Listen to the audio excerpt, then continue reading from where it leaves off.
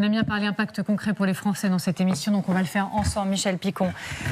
On a retenu, nous, 3 indicateurs sur lesquels on va s'arrêter ensemble. D'abord, on a regardé la clôture du CAC 40. C'est tombé il y a quelques instants.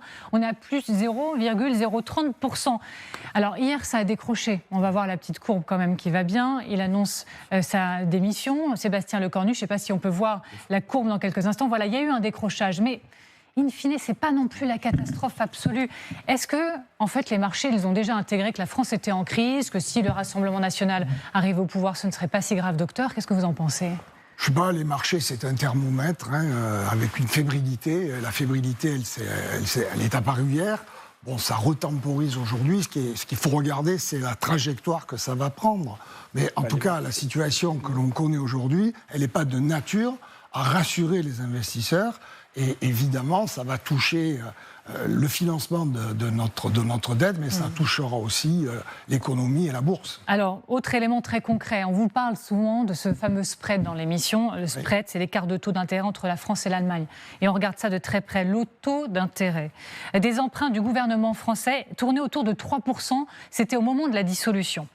Il est désormais proche de 3,6%. Regardez, je m'avance vers vous. Ça, c'est la France.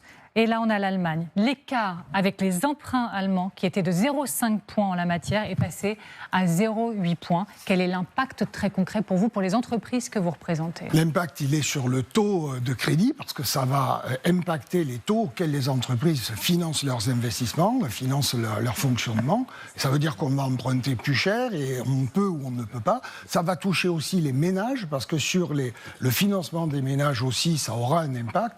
Donc ça, c'est pas une bonne nouvelle. Et puis surtout, ça va nous obliger à faire un effort supplémentaire pour assainir cette dette, parce que si on emprunte plus cher, évidemment, c'est plus d'argent à rembourser chaque mois. C'est très clair. Et maintenant, 2 indicateurs très concrets qui vous concernent particulièrement, les radiations d'entreprise. Je lisais ce matin le président des 121 chambres de commerce et d'industrie en France qui appelle les autorités à faire attention aux radiations d'entreprise, chiffrées à 168 000 au premier trimestre 2025. Il a ces mots, il parle d'une accélération très forte des difficultés. Autre indicateur que nous avons choisi, depuis la dissolution de l'Assemblée nationale, clairement un marqueur dans notre société, les investissements des entreprises ont baissé de 1,5%.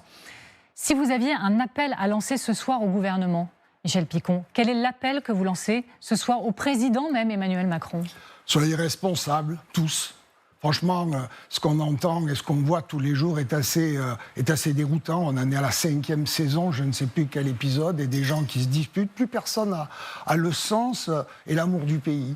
Et je pense qu'on a 10 mois, 10, 11 mois à faire ensemble. Et ça ne me paraît pas impossible qu'on ait un gouvernement qui décide d'un budget dans lequel chacun fait un petit effort. C'est la même chose pour essayer de sortir ce pays de la difficulté. Moi, je dis depuis 15 jours, y compris à Patrick Martin et aux grandes entreprises, tout le monde doit faire un petit effort. Et cet effort doit être partagé. Mais cet effort, on pourra le faire à condition que les politiques aussi fassent cet effort. D'aller pour 10 mois, on ne leur demande pas de vivre ensemble. Et puis, au bout de 10 mois, on aura un grand débat sur des choix de société, les enjeux qui sont devant nous, les enjeux climatiques, l'enjeu de la dette aussi, face à laquelle il faudra bien trouver des solutions.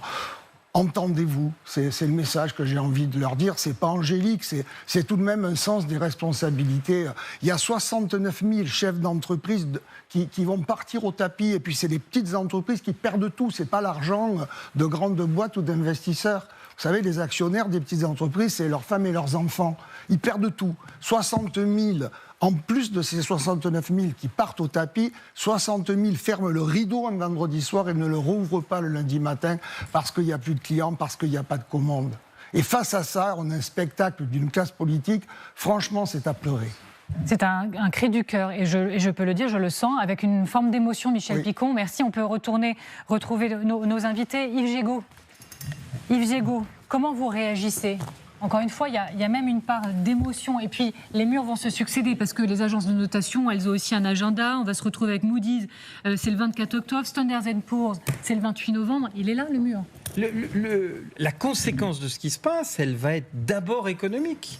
Et l'économie a besoin de confiance et de visibilité. Il n'y a plus de visibilité, il n'y a plus de confiance. C'est les deux facteurs qui vont faire que dans un monde sur lequel on a beaucoup d'ennemis, on a beaucoup de concurrents, on pourrait reprendre le débat sur les taxations de M. Trump, sur les produits chinois qui nous envahissent. Si la France n'est pas solide et n'est pas ancrée avec une vraie vision, eh bien les 500 jours qui nous dépassent de la présidentielle vont nous laisser à genoux et vont faire crever des dizaines de milliers d'entreprises. Et on n'a déjà plus beaucoup d'usines, plus beaucoup d'ateliers chez ceux qui produisent, et le commerce va s'en ressortir. Enfin, s'il n'y a pas cette prise de conscience qu'on est en train de faire mourir l'économie dans un monde qui ne nous attendra pas. Le fond de la réalité d'aujourd'hui, c'est que le monde ne nous attend pas et qu'on n'a pas des amis qui disent « Ah, vous avez des soucis, vous inquiétez pas, on va vous attendre ». La concurrence est rude et ça devrait être le leitmotiv de ceux qui ont des responsabilités à prendre en disant « On va sauver l'économie française pour aller vers un débat présidentiel qui fera trancher la vie politique ». Dabi, je vais vous montrer la presse étrangère après. Oui, ce que je voulais dire, c'est ce que dit M. Picon est complètement corroboré par les données de l'IFOP. Depuis 25 ans, avec Fiducial, on fait le baromètre des TPE. Les TPE, c'est des très petites entreprises. Je pense que c'est Bruno Retailleau qui quitte Matignon. Pardon, je reste attaché à son le téléspectateur. C'est ça le direct, c'est Bruno Retailleau qui était en entretien, pardonnez-moi Frédéric,